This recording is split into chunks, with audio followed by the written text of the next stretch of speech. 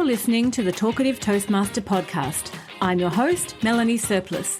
In this podcast, we explore how Toastmasters can help you to polish your public speaking skills, communicate with confidence, and amplify your authenticity.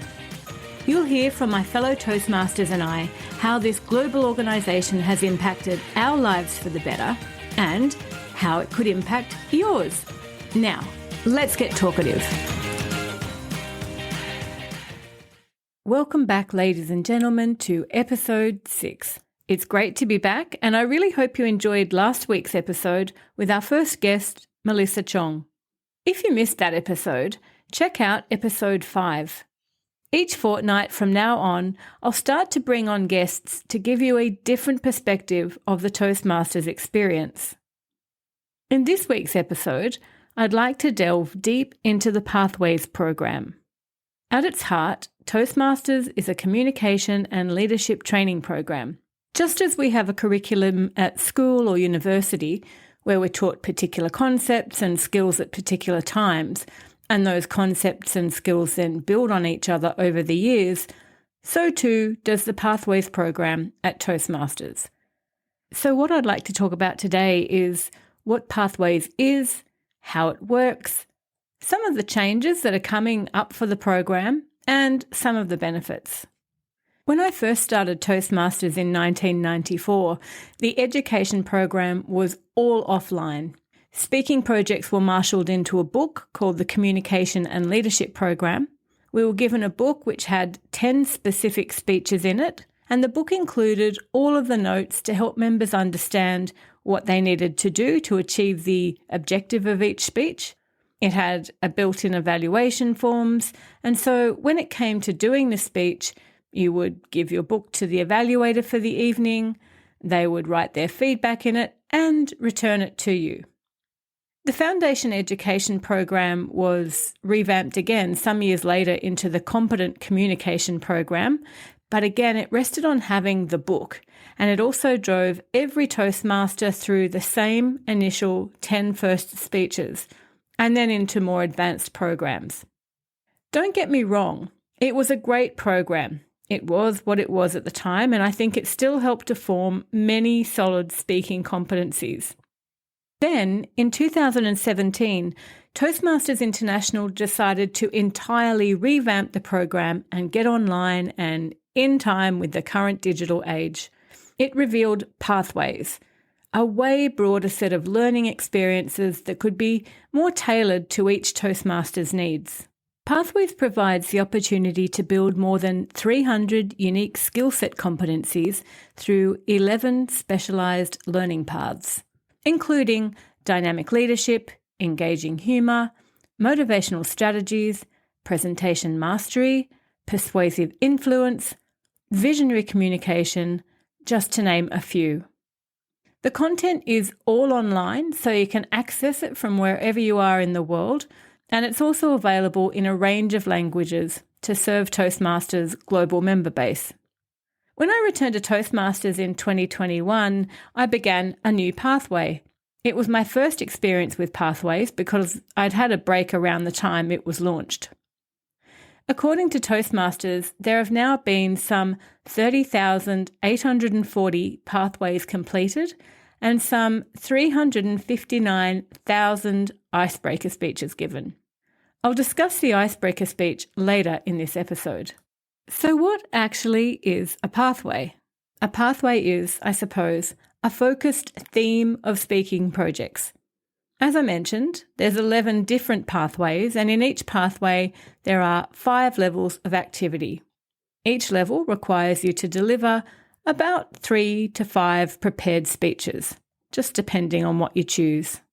The level 1 speeches across each pathway are more or less the same, and they're about building basic speaking skills. It's done this way so that each Toastmaster starts off with the same foundational knowledge about preparing and delivering speeches. The very first speech in any pathway, as I mentioned a little earlier, is the icebreaker. This is where you deliver a speech about yourself. And the theory is that for someone to get up and conquer the fear of speaking, the easiest subject is to talk about themselves.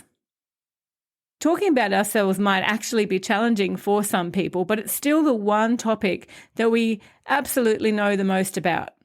And so when you hear people talking about doing their icebreaker speech, that just means it's the first formal prepared speech they gave at Toastmasters. New members don't have to do this speech straight away. We usually provide them with other roles in their first few meetings to get used to the way things work at each meeting. Each pathway, as I said, has 5 levels and they build on each other. The levels get incrementally more challenging, and so some of your speeches might include 10 or 20-minute speeches instead of the typical 5 to 7-minute speeches. What I love about Pathways now is that there is way more choice and flexibility in what you can choose to focus on and how you can tailor the program to your own learning needs and preferences and your own personal and professional goals. So, for example, when you reach levels 3 and 4 in a pathway, you can start to choose electives. Again, just like a university curriculum, Pathways electives are where you can really start to tailor the education program to your interests. I'm currently working through both the presentation mastery and motivational strategies pathways. This is because I'm a member of 2 clubs, so I just find it easy to assign each club a particular pathway. It took me about 2 years to complete my first pathway, visionary communication, and this gave me a great overview of how the entire program worked. When I moved on to my current pathways, I decided I wanted to get more strategic about the speeches and projects I would do for them. I thought about the electives, some of those bigger projects in levels 3 and 4 that I wanted to work on. And that's what really drove my decision to start this podcast. One of the level 4 projects is to start a podcast. And for the purpose of the criteria of the project, I have to record an hour's worth of podcasts and then give a 2 to 3 minute speech about it to my club and then present one of the episodes to them. Now, obviously, a lot more work goes into creating a podcast, and I can continue to create as many episodes as I like, but this was a massive motivation for me. As I've said in previous episodes, I had been procrastinating about starting a podcast for a long time, many years in fact. So another benefit in doing a project like a podcast, for example, is the number of potential speeches I can spin off from it, either by repurposing the content I'm creating in each episode, or by talking about the planning process I've gone through, or the tools I'm using to produce this podcast, or the ways I'm marketing it, etc. I can spin off so many speeches from this one particular exercise that it means I am never short of ideas for speeches for my other projects, and it just becomes a massive working case study for me.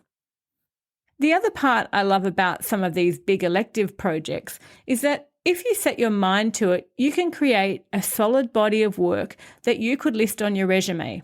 Whether it's creating a blog or podcast, for example, or building a social media presence or managing online meetings, these are all very transferable and practical skills. So if you're just leaving high school or university or are looking to change careers and you want to build some experience in something that you may not get the chance to do in your own workplace, Pathways really opens up a whole lot of inspiration. These are just a couple of aspects of Pathways which I think makes it an invaluable program. And so how does Pathways work? When you join up as a member, you're invited to select one of the pathways. Some will stand out, some will become more obvious and you'll say, yes, that's the one I want to do because it will align with something that you joined Toastmasters to assist with in the first place. Toastmasters also provides a quiz to help you work out what might be the most appropriate pathway for you. I personally feel that you can't actually make a wrong decision here, although I believe one of the things that Toastmasters has taken on board is that the choice of pathways can feel a little overwhelming for new members. And I believe that this is why they're trying to address this when they revamp the program this year. I'll talk about that a little bit later. Now, once you've chosen your pathway, you're then given access to an online portal through the Toastmasters International website, and that's really where your training curriculum is laid out for you.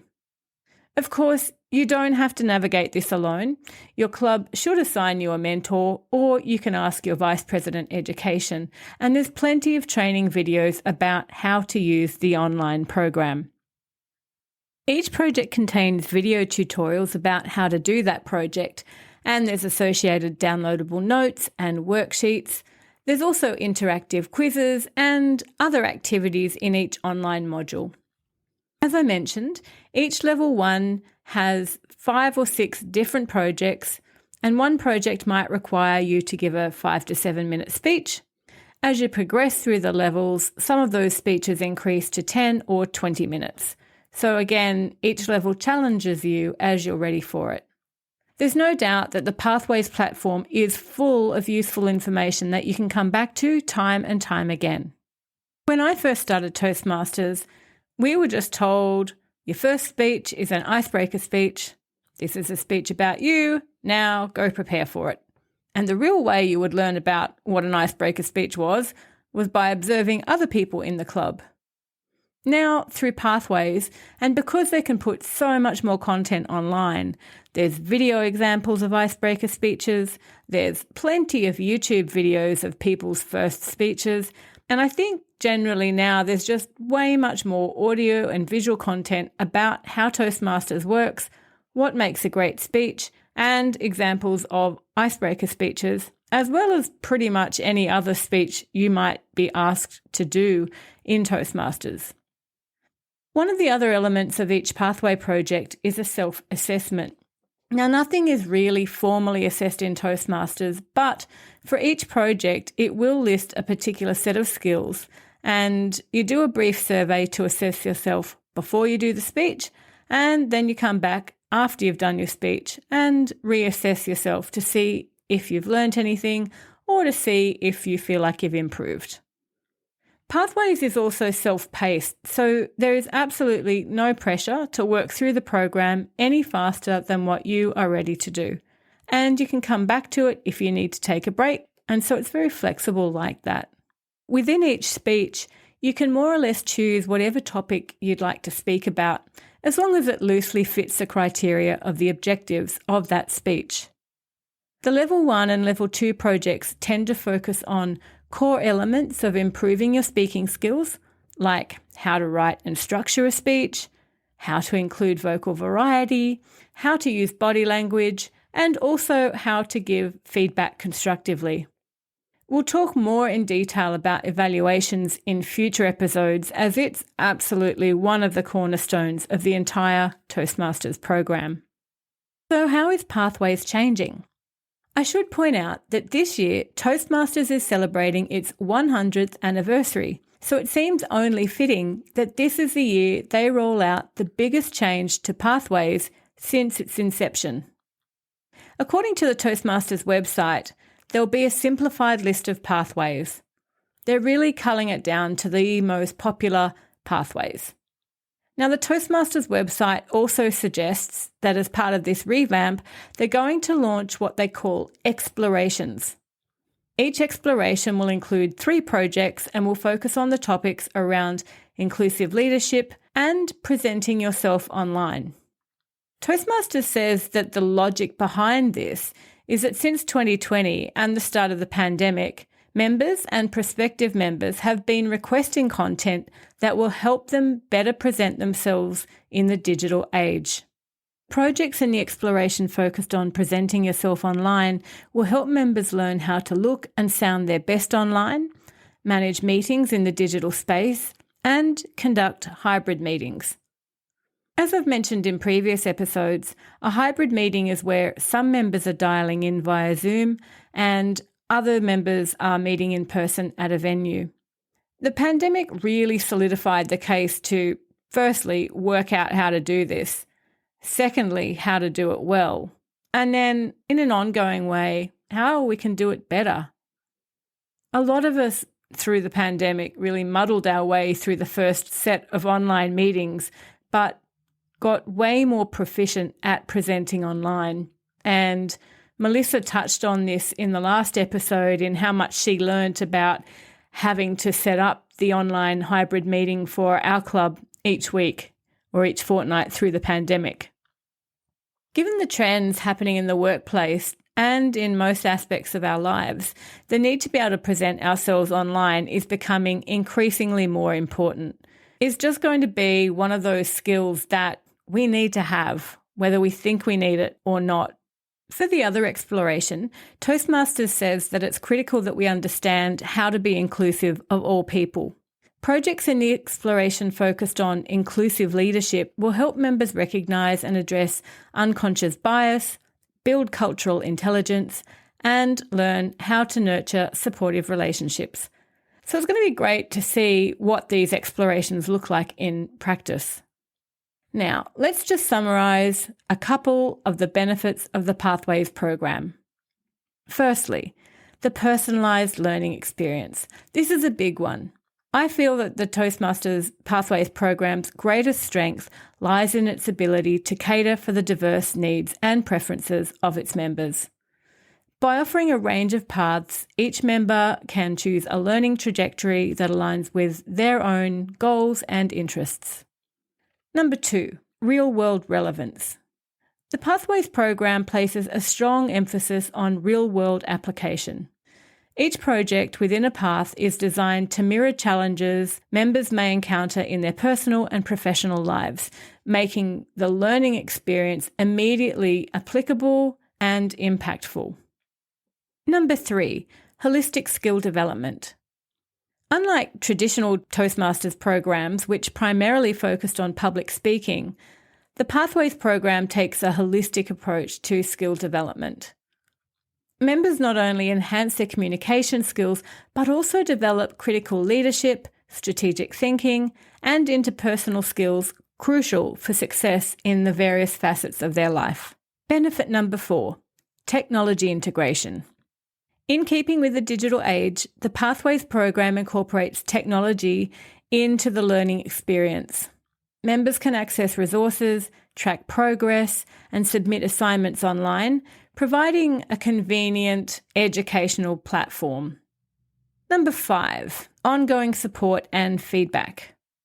The Pathways program places a strong emphasis on mentorship and feedback. Members are encouraged to work with their mentors who guide them through their chosen path, providing valuable insights and support. The feedback loop ensures continuous improvement, allowing members to refine their skills with each project. Finally, number 6, recognition and achievement. As members progress through the Pathways program, they earn badges and certificates that recognise their achievements.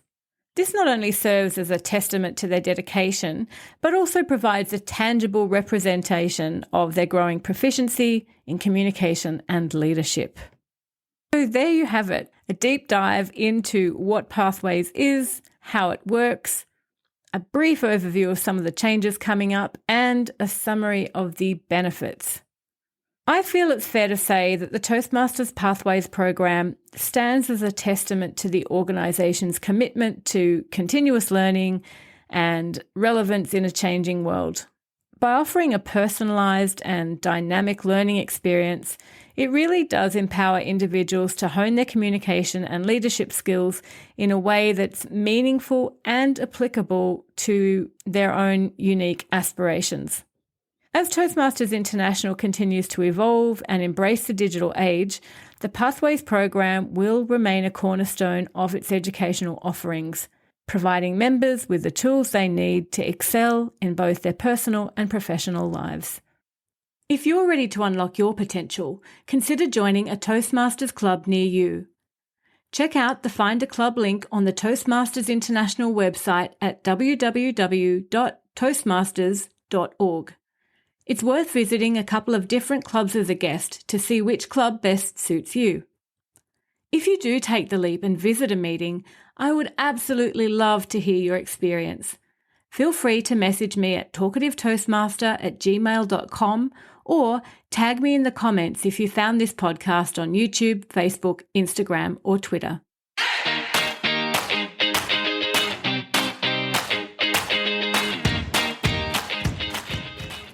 Thanks for listening to today's show. Head to talkativetoastmaster.com where you'll find the show notes for this and all other episodes, as well as links to some awesome Toastmasters resources. If you found value in today's content, I'd really appreciate if you could share it with friends and colleagues who may be interested.